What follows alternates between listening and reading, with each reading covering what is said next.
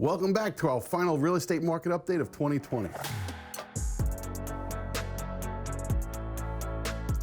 I'm Dean Miller. Let's go through some of the numbers that came out of the month of November. Sold listing inventory, one of the main questions that people ask about. That number here in Nassau County actually dropped 11% this month. Now that may seem like a huge drop, but again, seasonality and the crazy election season caused a lot of shutdowns, a lot of slowdowns, and a lot of kind of weird behavior. So while that number came down a lot, and the next couple numbers, they're going to have some interesting takes to them, it's not time to panic just yet, and I'll explain to you why. Average selling price of homes, meaning the price that they were listed to compared to the price that they actually closed for, actually remained pretty steady at 98.37% during the month of November. The months of supply of inventory, this is the number that we've really been focusing on a lot lately. A lot of the reason why we're seeing frantic behavior and prices increasing at such extreme rates is because of the fact that buyer demand is up probably twice as much as it is typically this time of year. Now, the numbers we're discussing right now are trailing indicators of activity that took place typically anywhere between 30 and 90 days prior. So they have a little bit of a negative impact on what we're going to go over here. When we look at the active listing inventory, that number actually dropped about 12% from the previous month. Again, not surprising. A lot of people decided they didn't want to put their house on the market during the month of November.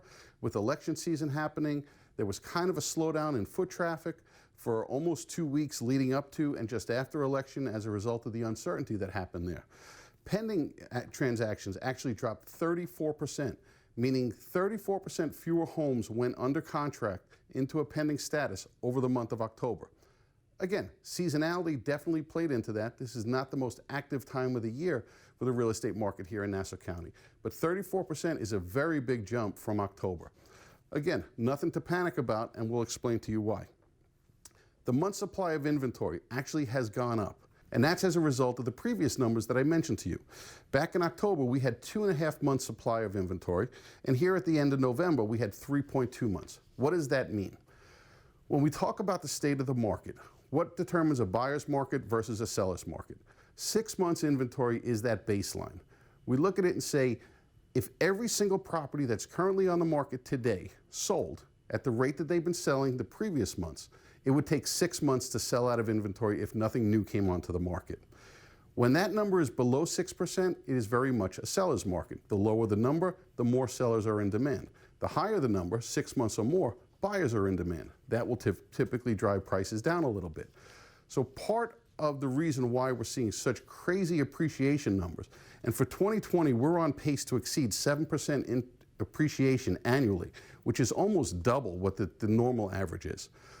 Seeing those numbers rise like that and the changes shows that there's still, COVID had a lot to do with the impact, people wanting to leave the cities or sell their smaller homes, move into something bigger. With virtual home offices and kids in the house, bigger backyards, room for people to work from home, a home gym because they couldn't go out to their gyms. These are all the things that have impacted a lot of the crazy behavior that took place so far this year. The median sale price here in Nassau County actually stayed flat. It's actually up only $3,000 to $603,000, meaning half of the homes that closed this month sold for over $603,000, the other half sold for under it. The average price, when we take the numbers, the actual average, that number decreased 3%. But that number is incredibly high still, with the November number coming in at just over $721,000. So when we look at prices, yes, prices are going up. But where things change is in the affordability rates.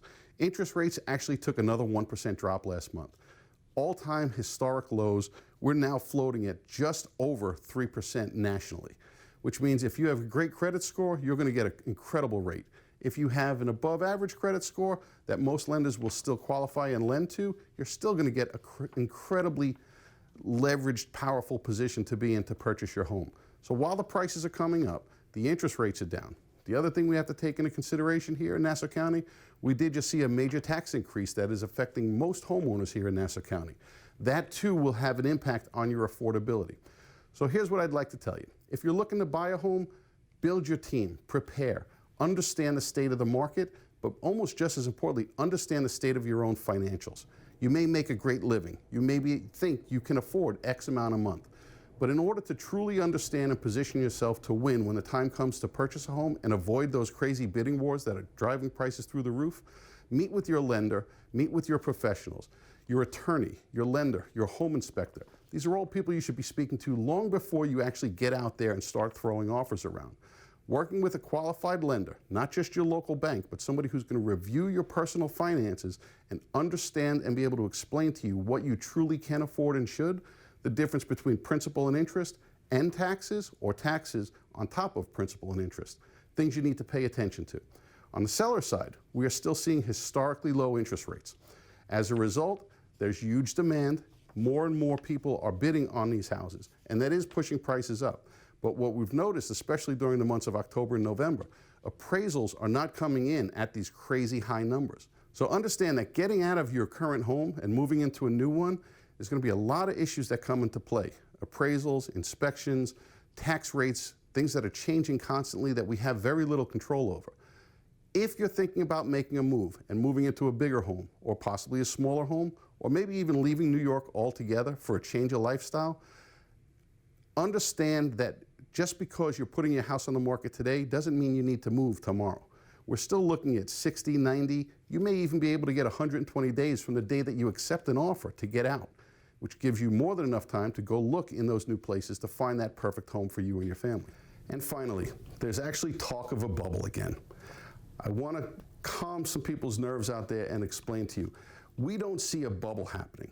Appreciation rates have been ridiculously high. Like we said, we're well above normal right now, exceeding 7% this year. Historically, the first year of a new presidential term, real estate actually continues to appreciate regardless of what happened in the previous year. And we have no doubt that that's what's going to happen this year. But where we do see a change is in the rate of appreciation. So we don't expect a bubble to burst, we don't expect prices to crash, but we do anticipate that the appreciation rate month over month during the 2021 calendar year will actually start to decline back to normal levels. Take that into consideration along with typical inflation rates, and we're going to see a little bit of a market, I'll call it a correction, but not in a negative direction at all. As always, thanks so much for tuning in. We're here to be a guide and a resource in your real estate process. Have a great day. We look forward to seeing you next month.